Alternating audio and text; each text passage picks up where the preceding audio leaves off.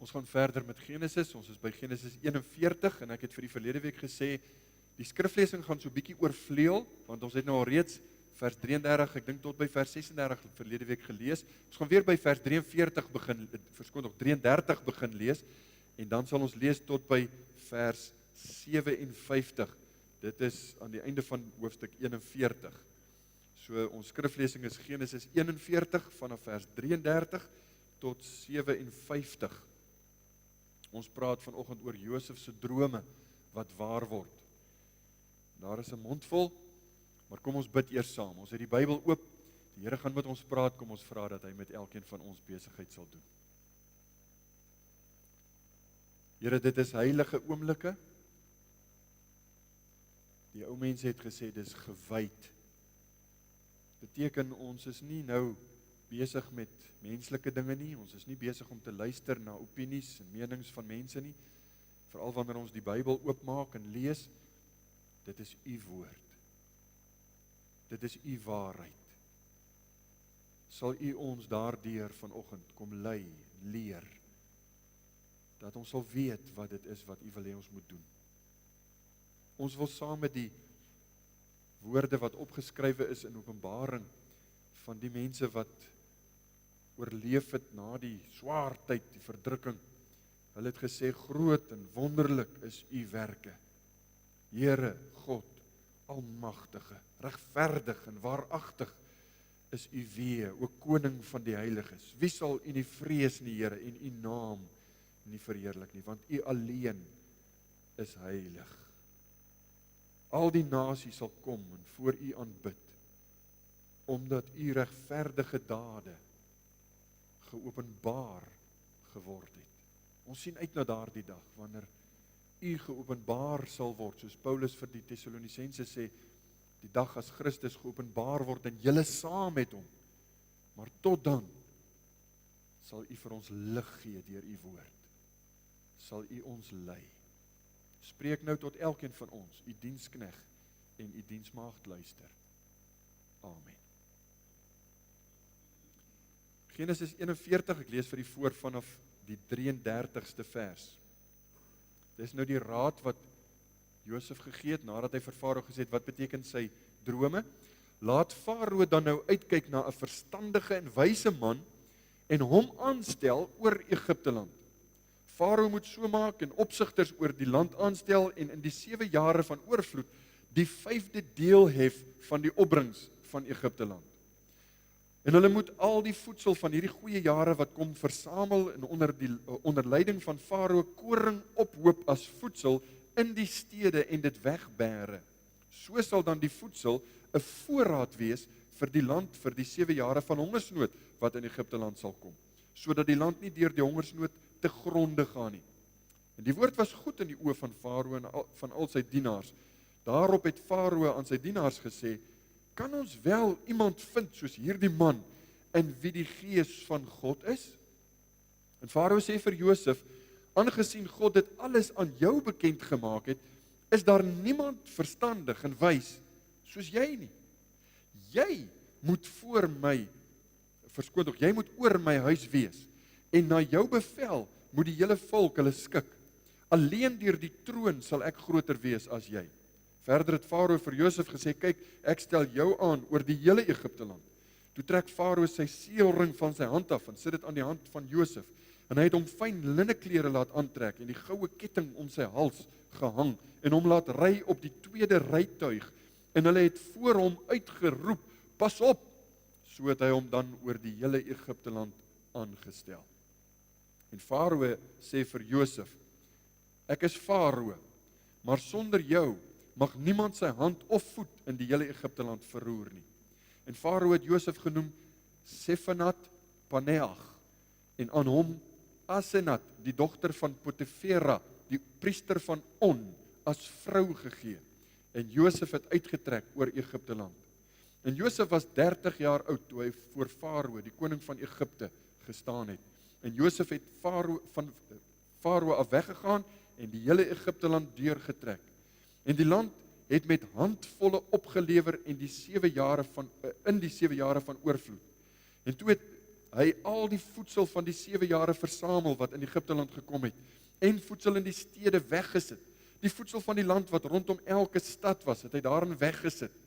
So het Josef dan 'n baie groot hoeveelheid koring opgehoop, soos die sand van die see, totdat hulle opgehou het om te tel, want dit was ontelbaar.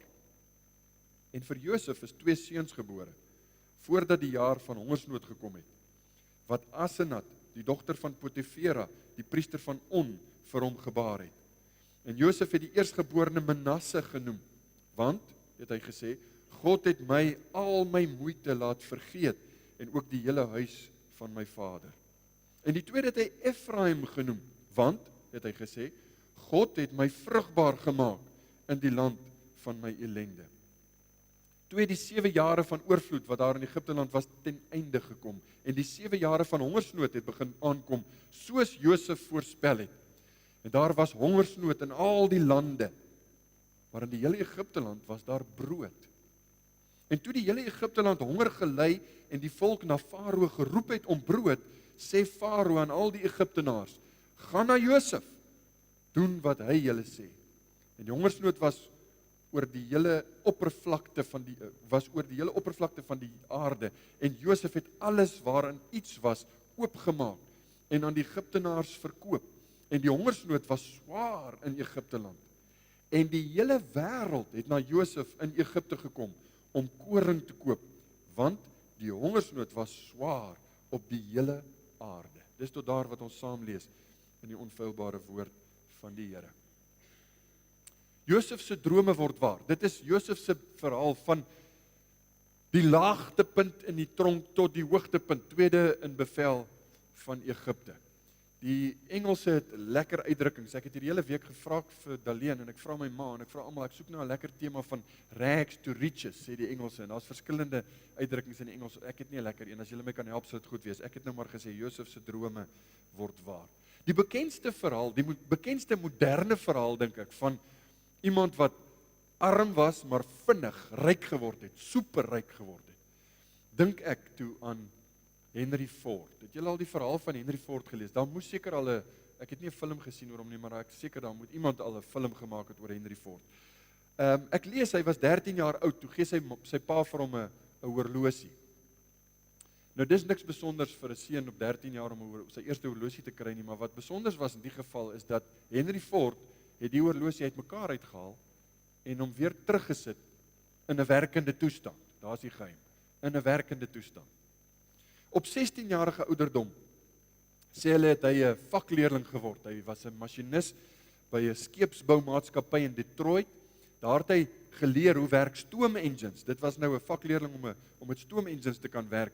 En toe die idee by hom opgekom, wat daarvan as ons werk daaraan om 'n petrol engine te vervaardig en die engine vervang dan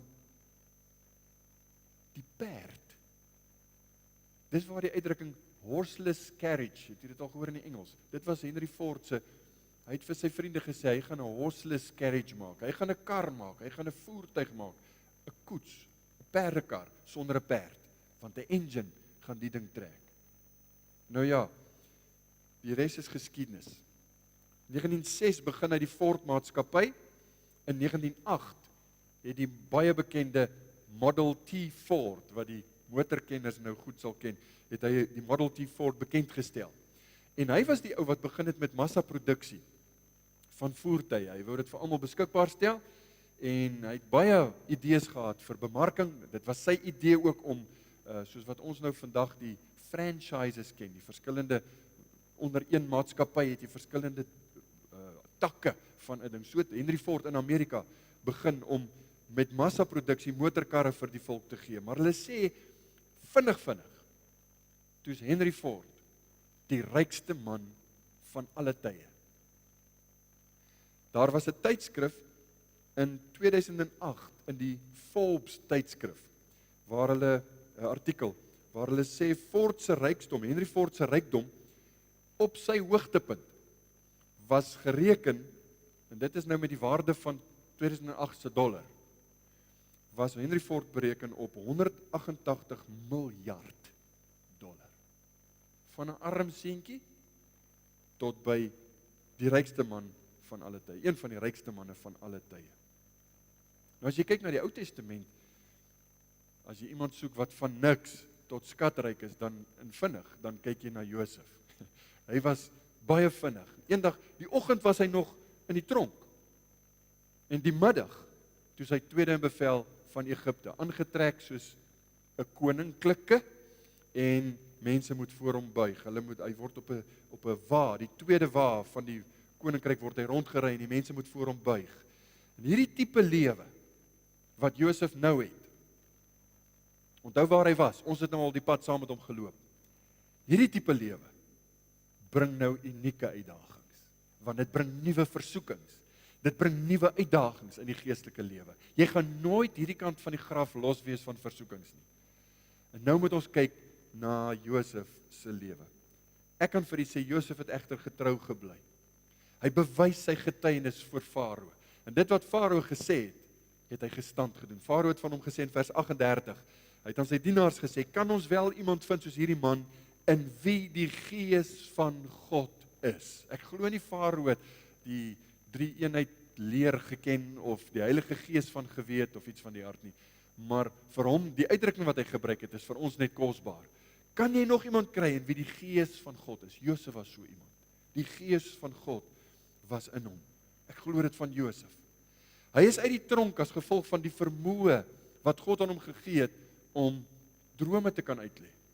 Dit was God se plan om hierdie pad met hom te loop. Maar nou vanoggend gaan ons vinnig kyk en ek het 4 hoofgedagtes wat ek kortliks wil hanteer, want daar's baie lesse. 4 hoofgedagtes oor hierdie pad wat die Here met hom geloop het in die res van hoofstuk 41. Die eerste hoofgedagte staan ons net vinnig stil by Josef se raad wat hy vir Farao gegee het. Na die uitleg van sy drome, sê hy vir hom in vers 33, laat Farao dan nou uitkyk na 'n verstandige en wyse man en hom aanstel oor Egipte land. Hier gaan hy so 'n bietjie verder as die droom uitlê.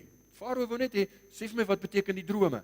En hy verduidelik vir hom, wat beteken die drome? God het gesê, dis wat gaan gebeur. So die sinvolle ding om te doen, terwyl ek die insig het daarvan, Farao, hier is 'n stukkie raad. Stel iemand aan, 'n wyse en verstandige man, stel iemand aan, wat hierdie saak kan dryf. Om dit wat nou voorspel is, dit wat gaan gebeur, om dit te behartig, om dit te bestuur, as jy wil. Vers 34, Farao moet so maak en opsigters oor die land aanstel, en in die 7 jare van oorvloed, die 5de deel hef van die opbrengs van Egipte land. 20% belasting, dit sal dan nou meer wees as wat hulle op daai stadium was almal gewoond aan 10% belasting, maar nou 20% belasting. Maar dit was nie 'n krisis nie, want as jy 'n rekord oes kry, dan is 20% nie so, dan maak dit nie so seer as wat dit sal seermaak wanneer jy 'n swak oes het en jy moet 20% gee nie. Maar dit sou nie 'n probleem wees nie. Verder vers 35, en hulle moet al die voedsel van hierdie goeie jare wat kom versamel en onder leiding van Farao koring ophoop as voedsel in die stede en dit wegbêre. So versamel dit in die stede, is net op een plek nie, op al die plekke in Egipte land, en die uitdrukking onder leiding van Farao is letterlik, as jy gaan kyk na die oorspronklike taal, dan staan daar onder die hand van Farao. So Farao, die ou wat die dinge moet bestuur, dis onder jou hand. Jy moet sorg dat dit so werk, sodat die land kan oorleef. Vers 36, die doel sal wees, so sal dan die voedsel 'n voorraad wees vir die land, vir die 7 jare van hongersnood wat in Egipte land sal kom, sodat die land nie deur die hongersnood te gronde gaan nie. Die uitdrukking te gronde gaan is ook maar 'n baie bekende Hebreëse uitdrukking, want jy lees dit op ander plekke anders vertaal. Dis letterlik dat die land nie afgesny word nie. Beteken dat die land nie doodgaan nie.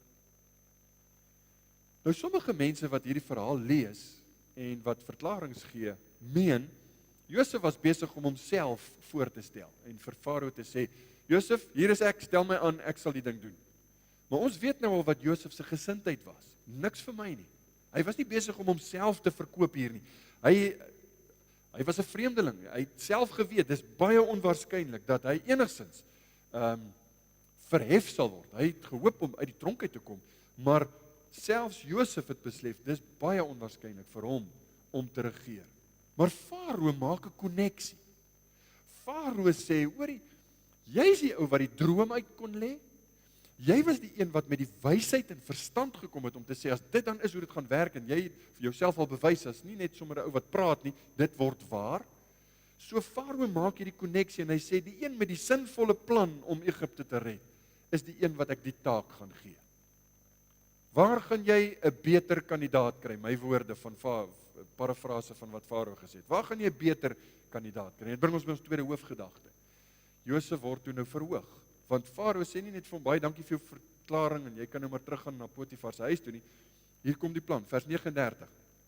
Farao sê vir Josef: aangesien God dit alles aan jou bekend gemaak het, is daar niemand verstandig en wys soos jy nie. Nou ek dink op hierdie stadium, moontlik, het Farao se raadgewers dalk na mekaar gekyk en hulle wenkbroue gelig, want dis 'n riskante ding. Dis 'n baie riskante ding om te doen. Waarskynlik was hulle 'n bietjie ongemaklik, maar tog sê die skrif, toe Farao, toe Josef sê wat gaan gebeur en hoe hulle moet maak, toe het die raadgewers, sy manne wat saam met Farao regeer, hy was 'n autokraat, dit was 'n monargie, maar hulle het gesê dis goed. Hulle het saamgestem. Ek weet net nie of Josef se vinnige verhoging altyd by hulle so lekker geval het nie, maar hulle het saam met Farao gegaan. Vers 40 het ons gelees: jy moet oor my huis wees, en na jou bevel moet my hele volk hulle skik. Alleen deur die troon sal ek groter wees as jy. Verder het Farao vir Josef gesê: kyk, ek stel jou aan oor die hele Egipte land.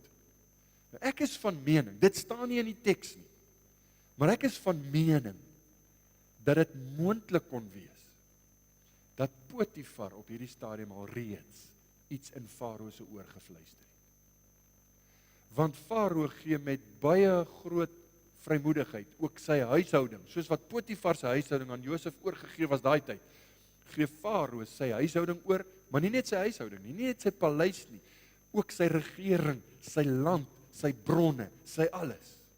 En hy stel hom aan as wat hulle noem die vizier in Egipte land. Dis 'n, in Engels 'n vizier. Dit is 'n, uit die rekord sien jy 'n amp van soos eerste minister.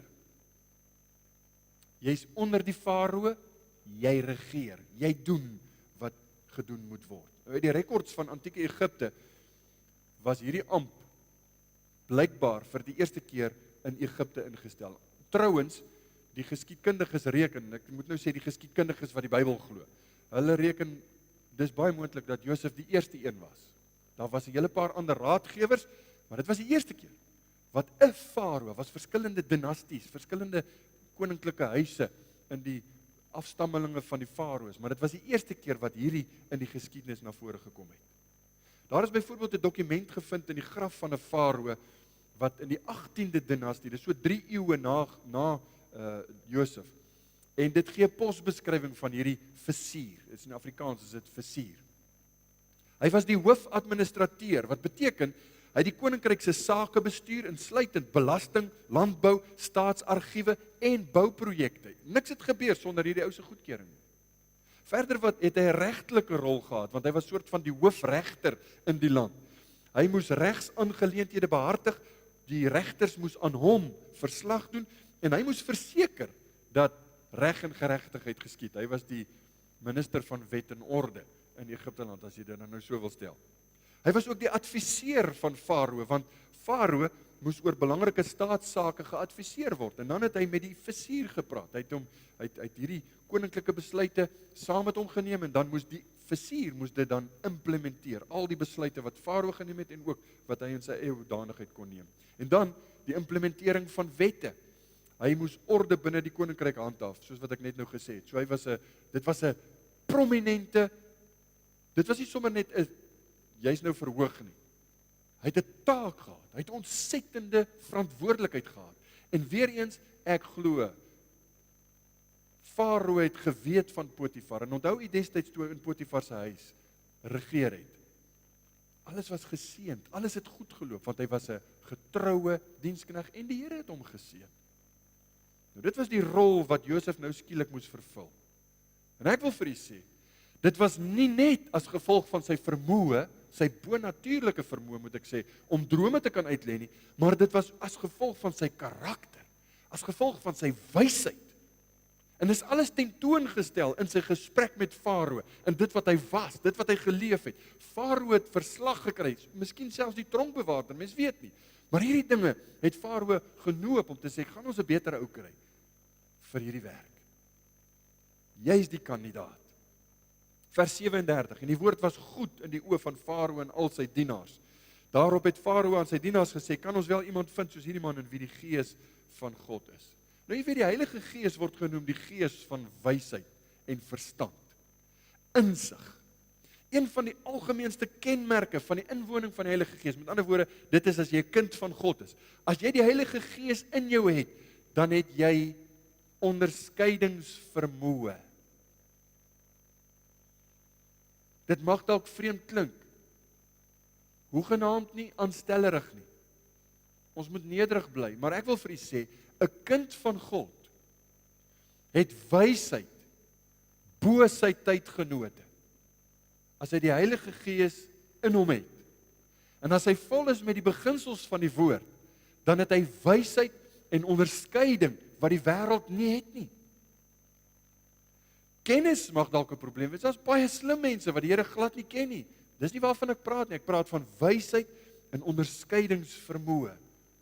Hoor wat sê Farao in vers 39. Aangesien God dit alles aan jou bekend gemaak het, is daar niemand verstandig en wys soos jy nie. Besef jy vriende, in ons belydenisskrifte stel dit baie duidelik.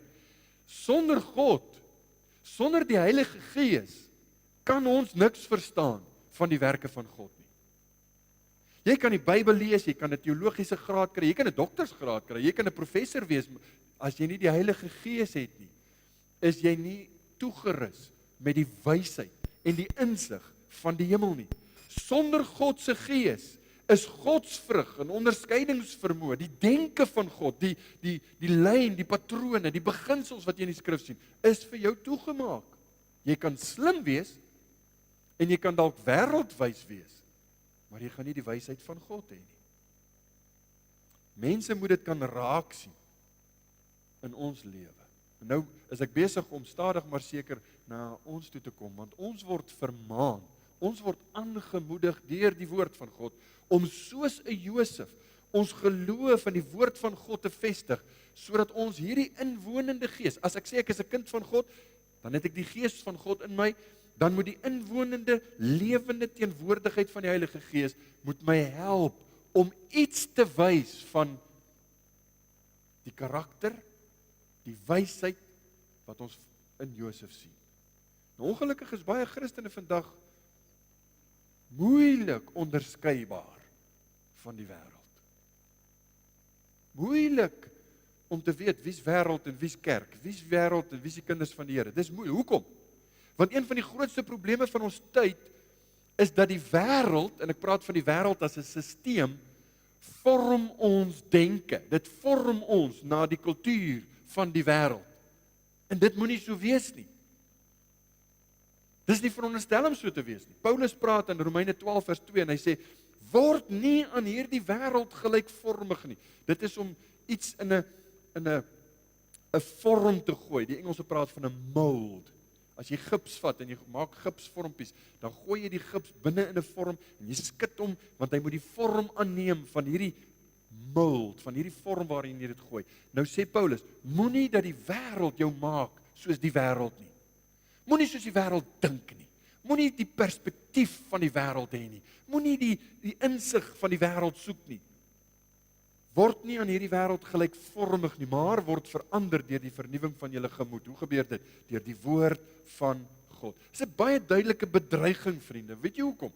Want u en ek lewe in hierdie wêreld. Ons staan met ons voete in die stof van hierdie wêreld. Ons hoor wat in die media aangaan, ons kyk wat op die TV aan die gang is, ons lees hulle koerante, ons hoor wat hulle sê, en ons word deur hierdie dinge beïnvloed. Die wysheid, die kultuur, die denkwyse van die wêreld vryf af op ons, of ons nou wil of nie. En as jy nie daadwerklik jouself instel om te sê, ek wil nie so word nie, ek gaan meer en meer Bybel lees, ek gaan my meer en meer toespits om God te verstaan, om sy woord te lees, om dit my eie te maak, dan gaan jou denke en jou prioriteite en jou waardes stelselmatig, dit gebeur oor 'n lang tyd, word meer en meer soos die wêreld. En kort voor lank kyk jy en jy sien geen verskil tussen die wêreld en die kinders van die Here nie. Kinders van die Here behoort juis anders te wees, omdat ons denke anders is. As my denke anders is, gaan my gedrag anders wees, my optrede gaan anders wees. En die Bybel, die woord van God sal veroorsaak, dat ons anders kyk na die wêreld om ons. Hoor wat ek vir u sê, ons het 'n nood, jong mense, julle moet vir my luister, ons het 'n nood aan jong manne, veral, wat sê, ek staan by die woord van God. Moenie dat die kultuur jou verander nie. Moenie dat jou musiek of die ideologie van dit wat jy in die media so baie sien, dat dit jou verander nie. Dit vryf af. Moenie. Nou, natuurlik gaan dit jou 'n bietjie ongewild maak. Van die wêreld en dit wat die Bybel leer, gaan nooit saam nie. Hulle het Jesus gehaat, hulle het hom teëgestaan, dit is soos lig en duisternis, die goed kan nie meng nie. Miskien het jy dit al ervaar. Wanneer tye egter moeilik is, ek wil vir u sê, wanneer dinge rampspoedig raak, werkloosheid, of siekte, of natuurrampe, as hierdie dinge begin dreig, weet jy wat gebeur? Dan luister hulle na mense soos Josef. Ewe skielik, hulle sal jou spot, en hulle sal met jou grappies maak, by die werk of waar ook al, maar as hulle planne nie uitwerk nie, en as hulle dinge skeefloop, dan sal hulle miskien te skaam in die openbaar, maar hulle sal eenkant kom en sê, hoorie, wat sê jy van hierdie dinge? Hoekom? Want hulle besef, hier's 'n man of 'n vrou, of 'n jong mens, wat luister wat God sê, wat weet wat die Here sê. En daarom, in ons besluitneming, moet ons onderskeidingsvermoë hê, sodat die wêreld dit kan sien, en dit ook waardeer. Jakobus sê, nou vir ons, waar kry ons dit? Jakobus sê, as iemand van julle wysheid kortkom, dan moet hy dit van God bid. Ons ken almal die versie. En dit het spesifiek te doen met beproewings en swaar kry tye, né? So wanneer die kind van God lewe, ons lewe is eintlik 'n beproewing. Dis een op een lopende hoop van swaar kry. Dis waaroor dit gaan, hierdie wêreld. Ons is nie hier om hemel op aarde te hê nie. Maar in hierdie beproewing moet ons so wysheid van God bid, elke dag, dat ons getuienis kan wees voor die Here. Deurweek sal wees met die beginsels van die skrif. Nou selfs Farao kon sien, in Josef is daar 'n bogemiddelde wysheid. Dit moet met ons so wees. Miskien in 'n mindere mate as Josef, ek sê nou nie ons moet begin drome verklaar asseblief nie, bly by die Bybel, maar jy gaan agterkom. Daar's 'n bogemiddelde wysheid. Ek sê altyd vir die jonges, jy moet bo jou jare wysheid toon, want dit is God se wysheid wat in jou moet wees. Verstommend wat Farao natuurlik hier doen. Hy sê vir Josef, hy gee hom carte blanche. Dis die uitdrukking wat ons almal ken.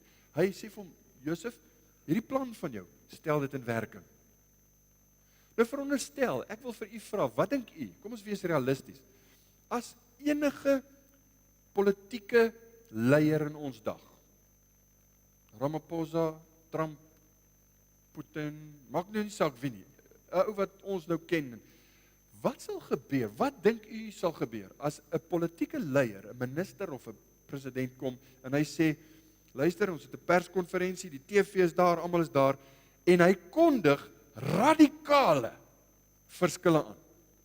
Ek gaan net ter illustrasie sê, wat dink u sal gebeur as Ramaphosa met 'n perskonferensie bekend maak, van vandag af sal daar in Suid-Afrika nie meer aborsies plaasvind nie, want die Bybel sê, dis moord.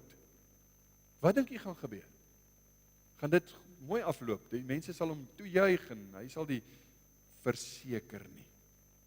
Verseker nie. Jy kan jou net voorstel die chaos. En as hulle vir hom vra, meneer Ramaphosa, nou waar kom jy aan hierdie belaglike idee van jou? En hy sê, wel ek het 'n openbaring van God gehad. Die Bybel sê so. Dit gaan hom juis in onguns bring by die wêreld. Dit sal baie sleg ontvang word. Maar dis presies wat Farao eintlik maar doen. Hy vertrou Josef se verklaring van sy drome. Josef is die een in wie die wysheid is, maar ek wil hê jy moet iets raak sien. Josef het met vrymoedigheid gepraat. Josef was die tipe ou wat jy kan hom nie ignoreer by die gesprekvoering nie. Hy daar kom staan, nou net mooi gebad en geskeer uit die tronk uit, maar hy praat met 'n vrymoedigheid. Hoekom? Hy was bewus God praat deur hom. Hy was verseker van dit wat hy hier gesê het. Hy was oortuig met sy hele hart dat dit is wat gaan gebeur, dit is die beste ding om te doen, dis wat ons moet maak. Nou vra ek vir u vriende, is dit nie nodig in ons tyd nie? Het ons generasie nie meer sulke daadwerklike optrede om te sê, God sê, hierdie ding moet ons regstel. God sê, ons moet so maak. Om die waarheid in liefde te praat. Om met vrymoedigheid die voorskrifte van die evangelie uit te lê, tesame met die beloftes wat die Here vir ons gee in sy woord. Josef het dit gedoen. Maar hy het gedoen soos wat Jesus baie jare daarna gesê het, en toe die Here kom leer het, toe sê hulle het geluister na hom, want hy het met gesag, dis met autoriteit gepraat. Nie soos die rabbies nie. Markus 1 vers 22, hulle was verslae oor sy leer, want hy het hulle geleer soos een wat gesag het. Soos een wat gesag het. Merkwaardig dat Farao Josef se raad aanneem. En jy kan dit net toeskryf aan die Heilige Gees. Onthou ek het vir u gesê, die hart van die koning is in die hand van die Here soos waterstrome, hy lei dit waarheen hy wil. Dit was God se plan. Nou ek sê nie Farao was 'n gelowige of 'n belydenende Hebreër nou nie. Hy het nog nie geken, hy het nog nie eens geweet waaroor dit gaan nie. Maar dit behoort ons te bemoedig wanneer ons die evangelie moet verkondig. Wanneer jy dit met moed en durf doen. Wanneer jy oortuig is van jou saak. Jy sê, dis wat die Bybel sê. Ek wil vir jou sê, jy moet so maak, jy moet breek met jou sonde, jy moet regmaak voor die Here, reg lewe. Dis God wat in mense se harte werk. Dis hy wat geloof skenk. Dis hy wat sy woord krag gee. Dis nie ek of my oorredingsvermoë nie. My redenasievermoë of my oortuigingsvermoë nie. Baie mense dink, wel die dominee, hy kan beter praat as ons. Dis nie my oorredingsvermoë wat mense oortuig nie. Dis die krag wat God aan sy woord gee. En dit gee elkeen van ons moed om te sê, ek moet net die waarheid praat. Ek moet net sê wat die Bybel sê. Die Here sal dit gebruik soos en wanneer hy wil. Bring ons by die derde hoofgedagte. Ons kyk na Josef se nuwe lewe. Farao se bevel maak dat Josef nou een van die grootste gevalle sekerlik in die geskiedenis is, van superlaag tot superhoog, baie vinnig. En hierso is hy nou, ons lees vers 46.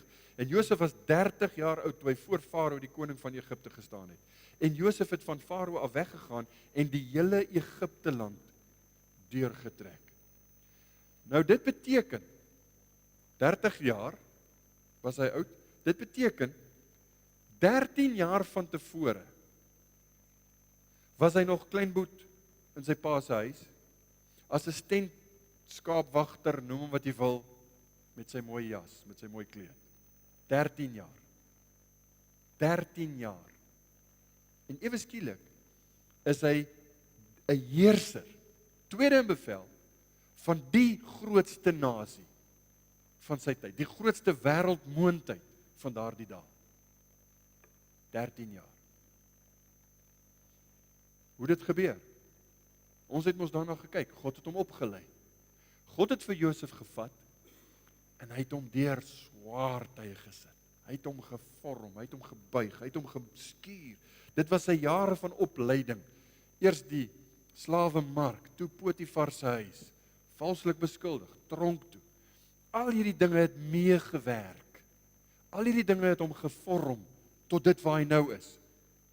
En nou moet hy doen wat die Here wil hê hy moet doen. Ek dink Josef het dalk gesê, ek wens ek kan net vinnig terug gaan tronk toe nog vir so 2 jaar, dan sal ek beter toegerus voel. Weet nie hoe hy gevoel het nie, maar sy verhoging kon nie plaasvind as hy nie geestelik sonde weerstaan het en vasgestaan het by dit wat hy geweet het wat waar is. God het hom toegerus, God het hom gebruik. Sy geestelikheid is hier die saak, sy karakter, sy inbors. Farao bevestig net sy posisie met embleme, fisiese goed vir die Egiptenare. Hoor mooi, vers 42, ons het dit gelees. Toe trek Farao sy seelring van sy hand af, sit dit aan die hand van Josef. En hy het hom fyn linneklere laat aantrek en die goue ketting om sy hals gehang. En Hy het hom laat ry op die tweede rytuig en hulle het voor hom uitgeroep, pas op, so het hy hom dan oor die hele Egipte land aangestel. Nou die seelring, dit was waarmee jy besluite geneem het. Dit was 'n gesagsembleem. Die seelring van 'n koning, die seelring van die farao het hom mag gegee. En as hy die seelring daarop gesit, dan so goed farao het gesê. Die fyn linne was die klere wat hom gekenmerk het as 'n leier in Egipte land. Dit was wat die leiers, die ministers, die groot manne, het fyn linne klere gedra. Autoriteit. Nou, as jy 'n studie wil maak, en ons het nie tyd om daaroor te praat nie, maar ja, hy's nog gekleed. Onthou julle, sy pa se kleed, en toe die slawe kleed, en toe word sy kleed afgestroop, hy's nog gekleed. En dan die goue ketting, sê hulle, is waarskynlik 'n teken van aanvaarding, en ook, dit kan ook wees 'n beloning vir diens. Jy het goed gedoen, so dit kom, ek is tevrede met wat jy doen. As jy in 'n museum gaan kyk waar die artefakte van die Egiptenaars, hulle het mos al mammies opgegrawe en gekyk in die verskillende grafte van die farao's, dan kry hulle ou dinge en al hierdie dinge is daar, is algemeen. Maar toe hy hom nou behoorlik aangetrek het, sê die Bybel, daar was 'n parade gehou. En farao het hom in sy tweede wa laat ry en hulle het voor hom uitgeroep. Ons Afrikaanse vertaling sê pas op. Nou dis 'n woord, dis die enigste plek in die Bybel waar hierdie spesifieke Hebreëse woord voorkom, maar daar's 'n sterk konnotasie met knie, wat maak dat die Engelse vertaling sê almal kneel, bow the knee, so buig voor hom. Daar waar Josef kom, sê hulle, buig jou knie. En dit is vir my heel in orde, want dit was die droom wat waar word. Sien jy die droom van hoofstuk 37 wat nou waar word? Hy het gedroom hoe sy broers, en later sy pa, die son, maan en die ster, almal het voor hom gebuig. Nou sy familie is nog nie in die prentjie nie, maar dit herinner hom aan die beloftes van God wat waar word. Die beloftes, dit wat God gesê het, sy droom word waar. En saam met hierdie nuwe posisie kry hy nou 'n totale nuwe lewe. Ewe skielik klap hy net sy vingers en die slawe moet spring en hulle moet dinge doen wat hy sê gedoen moet word. Vers 45, en farao het Josef genoem Safenat-Paneah en aan hom Asenat, die dogter van Potifera, die priester van On, as vrou gegee, en Josef het uitgetrek oor Egipte land. Hy kry 'n nuwe lewe. Hy's nou 'n Egiptenaar, kry 'n nuwe naam. Nou die naam Safenat-Paneah, dis nie 'n Hebreëse naam nie, maar die slim ouens sê, as jy nou gaan kyk wat die dikboeke sê, dit word vertaal met God praat en God lewe. Dis die naam wat farao vir Josef gee. God praat en God lewe. Farao sien Josef, hy sien die getuienis van Josef, en hy gee hom kort voorlank 'n nuwe naam. En nou sê ons, dit is eintlik maar 'n kort weergawe van die evangelie. God praat en God lewe. Maar hy gee vir hom, hy maak hom volledig mens. Hy gee vir hom 'n vrou. Hy gee vir hom Asenat, die dogter van Potifera. Potifera was die priester van On. Dus On was 'n stad, Heliopolis was hy ook genoem. En dit was die hoofsentrum van die songod aanbidding van Ra. Die songod Ra. Dit was die hoofsentrum. So Josef word deur hierdie huwelik opgeneem in die hoogste kringe in Egipte land. En hy beweeg in die hoë posisies rond, tussen al die ministers, tussen al die ouens. En alhoewel hy van sy familie afgeskeur is hy nou op die hoogste sport in Egipte. Daar's geen verhoging meer vir hom ter sprake nie. As jy nou met die hedendaagse perspektief kyk na Josef se posisie, dan moet hy 'n ander werk gaan soek, want hier gaan jy nie boontoe gaan nie. Hy kan nie hoe gaan hy boontoe? Hy's op die hoogste sport in die samelewing, in die politiek, in alle opsigte in Egiptiese kultuur. Nou die vraag wat ons moet na kyk is, hoe moet 'n kind van God reageer wanneer die wêreld jou vat en sê, hier is jou taak, jy het 'n baie verantwoordelike werk, jy het 'n verskriklike belangrike taak, jy het 'n sekulêre posisie wat jy moet vervul, by die werk of waar dit ook al mag wees, hoe moet jy dan optree? Wat moet jy doen? En jy sien die antwoord in Josef. Josef reageer, en lees saam met my vers 46. Josef was 30 jaar oud toe hy voor Farao, die koning van Egipte, gestaan het, En Josef het van Farao af weggegaan en die hele Egipte land deurgetrek. Wat het hy gedoen? Hy het onmiddellik sy werk begin doen. En ek dink die ouens wat werknemers het, se monde kwyl as hulle hierdie tipe van getuienis hoor. Hier's 'n ou, jy stel hom aan, jy gee vir hom 'n huis wat hy nog nooit in sy lewe gesien het nie, wat nog van self bewoon het. En die eerste ding wat ek sou doen is om te gaan kyk of die jacuzzi werk, of jy weet, hoeveel slawe het ek hier en hoeveel kos is in hierdie rak. Josef het onmiddellik weggespring en gesê, daar's 'n taak. Hier's werk wat gedoen moet word. Hy het 7 jaar om voor te berei vir 'n geweldige krisis wat kom in die land. Hy het 7 jaar, so hoe gouer hoe beter. En hy trek deur die hele Egipte land. Hy sê, ons moet nou notas maak, ons moet dinge in plek kry, ek gaan my plan in aksie sit. Vers 47 lees ons, in die land het met handvolle opgelewer in die 7 jare van oorvloed. Beteken, die Here het dit geseën. Dit was net volop. Toe het hy al die voedsel van die 7 jare versamel wat in Egipte land gekom het en voedsel in die stede weggesit. Die voedsel van die land wat rondom elke stad was, het hy daarin weggesit. Hy het gedoen wat hy moes doen, administratief op die kol. Hy was reg, daar was sisteme in plek. Hy het sy dinge reg gedoen. Hy het dadelik weggespring. Dit was wie Josef was. Ons het hom so leer ken in Potifar se huis, ons het hom so gesien in die tronk. Dis wie hy was. Dis wie God geroep het. Hy doen dit reg. Vers 49. So het Josef dan 'n baie groot hoeveelheid koring opgehoop, soos die sand van die see, totdat hulle opgehou het om dit te tel, want dit was ontelbaar. En toe net op skedule, soos wat die drome gesê het, na 7 jaar. Josef se honeymoon was nog nie eens behoorlik om na 7 jaar nie. Hier kom die droogte. Net soos God gesê het. Vers 53. Toe het die 7 jare van oorvloed wat daar in Egipte land was, ten einde gekom. En die 7 jare van hongersnood het begin aankom, soos Josef voorspel het. En daar was hongersnood in al die lande, maar in die hele Egipte land was daar brood. Ja, daar was hongersnood, daar was droogte, geen oeste nie, maar daar was brood. Josef het gesê, nou plant ons nie meer nie. Ons het 7 jaar voorberei, jy gaan jou oeste opmors as jy dit nou gaan plant, want is hongersnood. God het gesê. Wie is nou nog een van God se beloftes wat waar word? Onthou u, Genesis 12, het die Here vir Abraham gesê, in jou sal al die geslagte van die aarde geseën word. En destyds toe Abraham uit Ur van die Galdeërs weggetrek het, en nou moet hy in 'n vreemde land, hy het nie grond gehad in Kanaan nie. Kanaan het nie aan hom behoort nie. Maar God het tog vir hom gesê, in jou sal al die geslagte geseën word. Ons het gekyk en ons gesê, wys na Jesus. Ja, dit ook. Maar hier is nog iets wat waar word, deel van hierdie belofte, want hier is sy agterkleinkind, en hy's in Egipte land, en die Here seën Egipte, seën Farao, seën die hele wêreld. Ons gaan nog daarby kom, want selfs die ander lande kom toe nou, om by hulle te kom brood koop. Hoe onwaarskynlik is dit? Nou, al hoekom ek dit sê, en ek vat nou net 'n vinnige lyn, want ek sien die tyd het ons ingehaal. Ek en u moet vanoggend net weer vir mekaar kyk en sê, God se beloftes word waar. Jy kan maar daarop reken. God se beloftes word waar. Hier is 'n agterkleinkind van Abraham, en hy regeer as die voedselgewer van die Nyl. Dit het hulle hom genoem.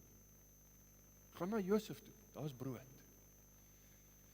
Al die groot beproewings en al die versoekings wat Josef beleef het, die haat van sy broers, die slawerny, die gevangenisstraf, al hierdie dinge, hy is nou bevry daarvan, hy het nou 'n nuwe lewe, hy het rykdom, hy het mag, hy het eer, hy is invloedryk in Egipte land. En al wat gebeur is eintlik, terwyl alles om hom verskil, hy het heeltemal 'n nuwe lewe, is die versoekings nie weg nie. Dit het net 'n ander blaadjie gekry, net 'n ander prentjie, 'n ander kleed aangetrek. En die versoekings wat hy nou ingaan, is erger, groter, moeiliker, meer subtiel, as enige versoeking wat hy tot dusver, en hy het tot dusver al swaar gehad. Maar nou kom dit, hoe sê die jong mense? Next level, hier kom dit nou. Next level versoekings kom nou na Josef toe, want hy's in 'n totaal ander scenario. R. Kent Hughes skryf en hy sê, Joseph was ominously in danger of Egyptianization. is 'n woord wat nie bestaan nie, maar hy het dit gemaak. Hy was in die gevaar om te ver-Egipties. Hoekom sê hy dit? Hy sê, his clothing was Egyptian, his name was Egyptian, his language was Egyptian, his wife was Egyptian, and his father-in-law was the leading Egyptian sun worshipper. Dis 'n ander tipe versoeking. Dis heeltemal 'n ander vlak waarop hy nou versoek gaan word.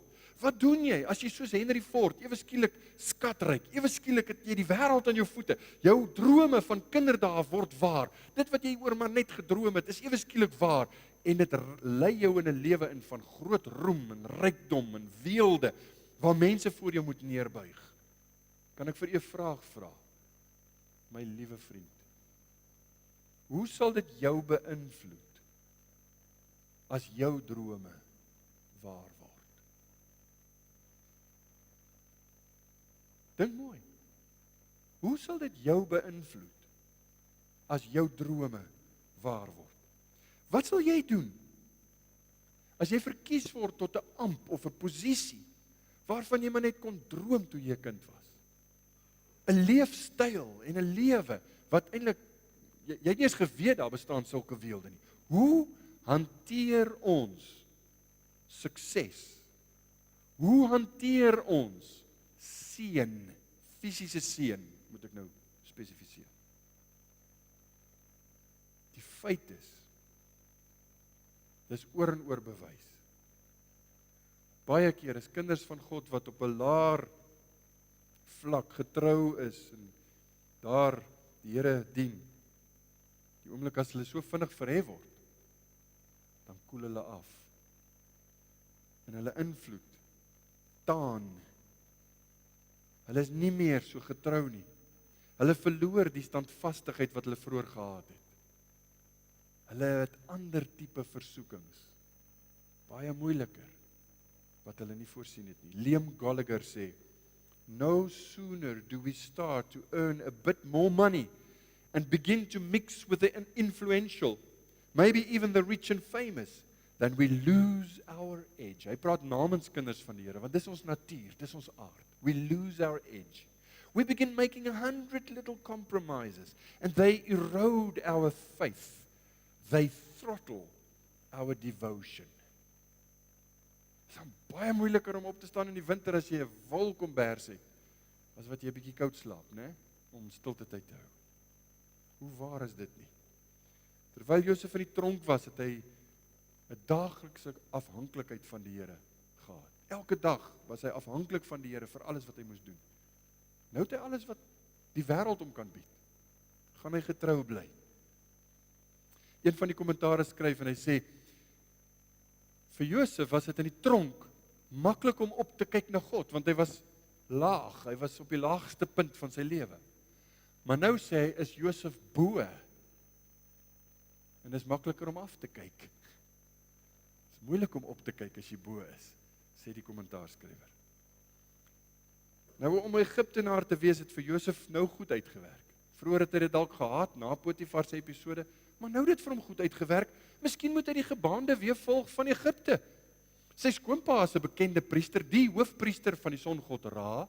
Hoekom kan hy nie maar saam met hulle gaan nie? Dit sal ons baie makliker wees as om heeltyd tee te trek. Om die heeltyd teen die stroom te swem, gaan ons nou moeilik wees. Nou is die vraag, hoe het Josef dit hanteer? Ek het vir u gesê, Josef was getrou. Hoe weet ons dit? Name wat hy vir sy 2 seuns gegee het, en dit voor die hongersnood gekom het, né? So dis na 7 jaar, lees ons van hierdie gebeurtenis, wys vir ons iets van Josef se hart. Jy kan nie weet wat iemand anders dink nie, tensy hulle dit vir jou wys, want ons weet nie wat ander mense se harte, of wat in hulle harte aangaan nie. Vers 50, en vir Josef is 2 seuns gebore, voordat die jaar van hongersnood gekom het. Wat Asenat, die dogter van Potifera, die priester van On vir hom gebaar het. Name is belangrik, name sê iets van hoe jy dink, hoe jy dit beleef. Onthou julle die baba-oorlog van Genesis 29 en 30, as ek reg onthou, Rachel en Lea, name wat hulle gegee het iets gesê, hulle wil iets sê. So name is veelzeggend. In Josef se geval, kom hy nou en hy gee vir ons insig oor wat in sy hart aan die gang is. 'n verklaring van dit wat hy glo. Vers 51. Josef het die eerstgeborene Manasse genoem, want, het hy gesê, God het my al my moeite laat vergeet, en ook die hele huis van my vader. Manasse beteken, God het my laat vergeet. En so is Josef, as hy na sy lewe kyk, met die naam van sy eerste seun, wat 'n baie belangrike ding is in enige man se lewe, is 'n danksegging aan God, vir die vertroosting wat die Here vir hom gegee het. Na die trauma wat hy beleef het, na al hierdie slegte goed wat hy beleef het, sê hy, die Here het my genade gegee, die Here het my gehelp. Nou ek wil vinnig net ietsie sê, en ek gaan baie vinnig moet praat, maar soveel mense, ook in ons, veral in ons dag, word beheer deur die trauma wat hulle in die verlede beleef het. En nou karring hulle met allerlei sielkundiges en medikasie en allerlei goed, want hierdie ding van die verlede dra hulle, sleep hulle met hulle saam, en hulle kan nie loskom daarvan nie. Nou ek wil vanoggend vir u sê, ek besef, ek het geen benul van die trauma wat sekere ouens al beleef het nie. Ek wil dit nie minimaliseer nie. Maar, kyk na die voorbeeld wat ons sien in Josef se lewe. Josef, in hierdie woorde, God het my laat vergeet.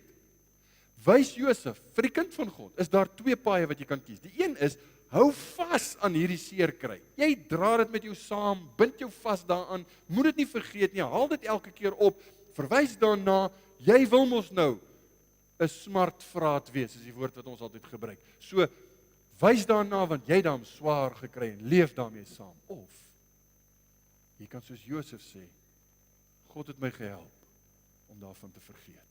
Ja, dit was moeilik, ja, dit was swaar, en ek mag daarna verwys of daarvan praat, maar, ek gebruik dit wat die Here vir my nou gee, as 'n getuienis, God het my gehelp, om my los te maak daarvan. En miskien is dit nodig om met 'n ordentlike beraader te gaan praat.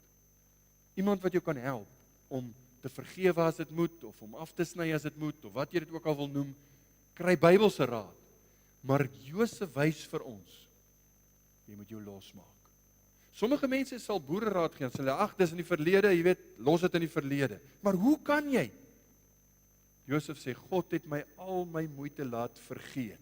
God kan dit doen. Hy seën hom met 'n nuwe perspektief, en daai perspektief is, dit wat ek nou moet doen, is om God te verheerlik. Ek gaan die verlede los. Dit het gebeur, ek gaan dit nie ontken nie. En dit was swaar, en dit maak nog steeds seer as ek daaraan dink. Maar, God het my gehelp om dit te vergeet. Maar as 'n tweede seun gebore, en ek moet my haas, die tweede seun, vers 52, die tweede het hy Efraim genoem, want, het hy gesê, God het my vrugbaar gemaak in die land van my ellende. Efraim beteken dubbel vrugbaar, 2 maal vrugbaar in hierdie tram. Dit wys vir ons, dat wanneer die Here jou help, jou gesond maak, jou bevry, as jy wil, van hierdie dinge van die verlede, dan kan hy selfs die letsels, die seer kry, die dinge wat in jou hart is, in jou gemoed is, kan die Here gebruik om nogtans sy doel te bereik, en jou vrugbaar te maak. Jy's nie doelloos nie. Hierdie goed gebeur nie sommer maar net nie. Josef het besef, daar was 'n doel.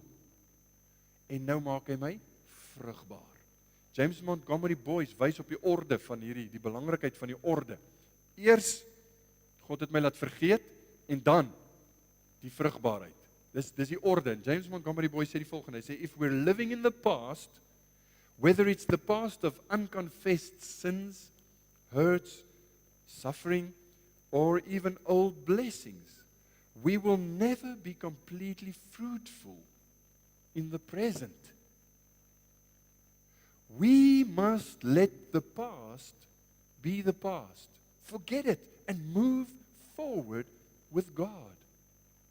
En James Montgomery Boyce sê dit na aanleiding van Filippense 3 vers 14, waar Paulus sê, een ding is dit, ek vergeet die dinge wat agter is, ek strek my uit na wat voor is. Vriende, om vry te raak van die verlede, sal jou vrugbaar maak vir die toekoms. Maar as jy aanhou vashou aan die dinge van die verlede, dan verloor jy jou vrugbaarheid in die nou. Want jy dra hierdie goed met jou saam, en jy wil daarin vashou. Josef se vrugbaarheid is nie slegs die seuns nie, maar ook, eintlik hoofsaaklik, die redding van Egipte, en dan die redding van Israel. Dit is nou wat voor lê. Maar let op, die name wat hy vir sy seuns gee, Het jy opgemerk, dis Hebreëse name? Hy kry 'n nuwe naam. Hy kry 'n Egiptiese naam, tog word hy nog steeds Josef genoem in die Bybel, né? Maar nou gee hy sy seuns nie Egiptiese name nie. Hy gee sy seuns Hebreëse name. Hoekom? As jy Josef se geloof wil opsom, jy sien sy lewe is nou op 'n hoogtepunt, dan sê hy, God se eer is vir hom voor in sy gedagtes. In alles wat hy doen, wil hy God eer.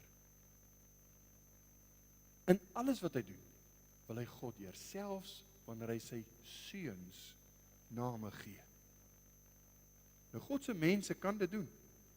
Dis genade, maar ons kan dit doen, selfs deur swaar tye. Deur sy woord, deur dit wat ons van hom weet, sê ons, Here, ek wil U verheerlik. Ek wil die regte ding doen. En hierdie Hebreëse seuns, al is hulle gebore in Heliopolis, al is hulle gebore vir Potifera, die priester van On se dogter, al is hulle, jy weet eintlik, nou hulle oupa aan die ander kant, hulle het nie hulle ander, Josef se pa is mos nie in die prentjie nie, so hulle oupa, die enigste oupa wat hulle ken, is die priester van die songod Ra. Maar Josef sê, en nou gaan ek die ou woord gebruik, luister, hierdie is verbondskinders, ek maak hulle vir die Here groot. Maak dit vir die sin? Dis wat ons met die doop doen, hè. Beteken nie hulle is gered nie. Dit beteken net ons sê, ek maak hierdie kind vir die Here groot. Sy naam is oor hulle uitgeroep. Hulle behoort in daardie opsig aan die Here. Josef het nie sy identiteit as 'n verbondskind verloor nie. Hy het onthou van God. Hy het onthou van die plan wat die Here het. En daarom kan ons nou met groot vrymoedigheid sê, en ons het al baie keer daarna verwys, maar nou in konteks van Josef hier, hy is dalk in Egipte, maar hy is nie van Egipte nie. En dis mooi. Ons is in hierdie wêreld, maar ons is nie van hierdie wêreld nie. So, al God se seëninge het hy nou ervaar, en hy het dit nie gesien as 'n versoeking om trots te word of kompromie te maak nie, maar hy het dit gesien as 'n geleentheid om God te verheerlik. 'n Geleentheid om 'n getuienis vir die Here te wees. 'n Geleentheid om God se naam groot te maak. Laaste gedagte vinnig net. Josef as eerste minister. Vers 56 het ons gelees. 7 jaar het droogte geduur. Die goeie tyd geduur en toe kom die droogte. Die hongersnood was oor die hele oppervlakte van die aarde, vers 56. En Josef het alles waarin iets was oopgemaak en aan die Egiptenaars verkoop. En die hongersnood was swaar in Egipte land. Het is moeilik om jou in te dink in die situasie. Ons maak die kraan oop en daar is altyd water. Partykeer as ons die kraan oopmaak en daar is nie water nie, dan sal ons nie dink, miskien het die Here 'n plan met, nee, ons is kwaad vir, waar is my raadslid? En ek moet, jy weet, dienslewering. Ons kan ons nie indink, as jy afhanklik is van reën, as jy afhanklik is van God se seën, kan jy nie indink in hierdie swaar tye. Die aarde bars, die riviere droog op, dinge wat jy verseker geweet het, dis nie meer daar nie, want dit is 7 jaar van erge hongersnood. Die wêreld het nie kos nie. Egipte het kos. Kyk nou vers 55. As die beeld jou nou nog nie, as Josef se beeld jou nou nog nie wys na 'n skaduwee van Jesus nie, kyk na vers 55. En toe die hele Egipteland honger gelei en die volk na Farao geroep het om brood, sê Farao aan al die Egiptenaars, gaan na Josef, doen wat hy julle sê. Dis 'n skaduwee van Jesus. Dis 'n beeld, 'n tipe van die Here Jesus. Hy het gesê, ek is die brood van die lewe, wie na my toe kom sal nooit honger ly nie, wie in my glo sal nooit dors kry nie. Dis 'n beeld van Jesus. Farao sê, gaan na hom toe, hy het brood. Doen net wat hy sê. Maar ons kan Genesis 41 getrou bestudeer en jy moet dan Josef sien as heenwysing. 'n bord as jy wil. 'n pyl wat wys na Jesus. 'n voorloper. Josef het dit nie vrywilliglik gedoen nie. Hy het nie besef wat lê vir hom voor nie. Maar Jesus het vrywillig. Ons het vanoggend in die 12 artikels, die apostolikum het ons gesê, ons glo in Jesus wat ter helle neergedaal het. Daai beteken hy was in die hel nie. Dit beteken hy is verneder tot die laagste, saam met boosdoeners gereken. Dis soos wat die Seun van God hom verneder het. Hoekom? Dit was vir my. Dit was vir my. Ek moes daar wees. Ek moes daardie dinge dra. Hy het die kruis vir ons gewilliglik tegemoet gegaan. Hy het die kruis vir ons gewilliglik tegemoet. Hulle het hom in 'n graf gesit. Hy's opgewek. Hy sit nou aan die regterhand van God. Dis deur hom wat ek vandag lewe. En die lewe wat hy my gee, is nie tydelik nie. Dit is 'n ewige lewe. Ek hoop toe ek die gedeelte gelees het van die parade, kon u dit baie makliker sien. Want hulle sê Josef is met die tweede wa geneem en oral waar hulle kom sê hulle, buig jou knie, waarin laat dit ons dink? Filippense 2 vers 9 tot 11.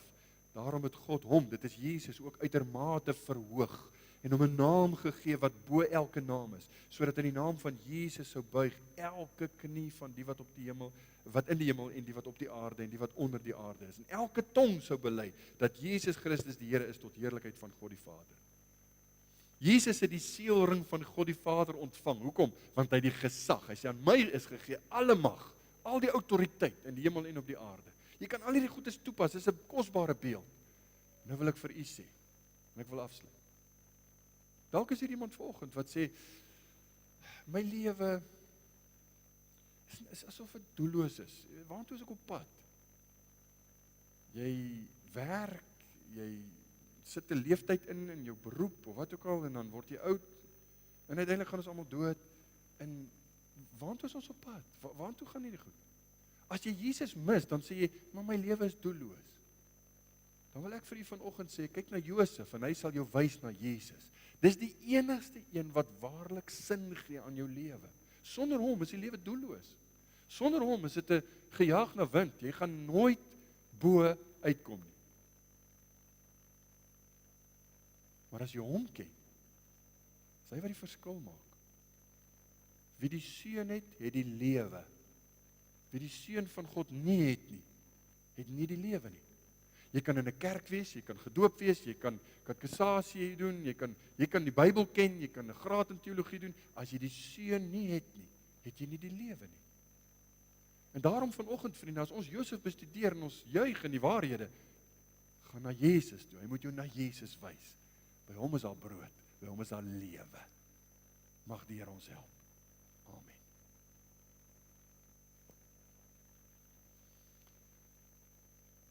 Here, dankie vir Josef en sy lewe. Dankie vir sy getrouheid. Selfs in 'n situasie waar hy gemaklik en 'n bietjie kon afkoel en die lewe rustig vat, het hy steeds getrou gewerk, want dit het vir hom gegaan oor die eer van God. Ag Here, vergewe ons, omdat ons so gemaksigtig is, omdat ons baie keer vergeet waarvoor is ons hier. Ons vergeet van die taak wat ons het om te doen. Ons vergeet so gou dat U is alles. En dan jaag ons na ander dinge. Ons wil allerlei dinge hê. Help ons om die Bybel te lees en om U te sien op elke bladsy in alles wat ons doen. En ek wil bid as daar iemand is wat nog nie daardie vrede het met U nie, in wie se hart daar dalk nog wroeginge is, stryd is as gevolg van dinge in die verlede. U is ons oplossing, U is ons heil. Geef vir ons genade, U het vir ons 'n Bybel gegee, U het vir ons die Heilige Gees gegee, U het vir ons mekaar gegee. Dis die bronne, die hoofbronne waarmee U kinders help. Gee genade dat ons U kan ken en dat ons U kan dien. Amen.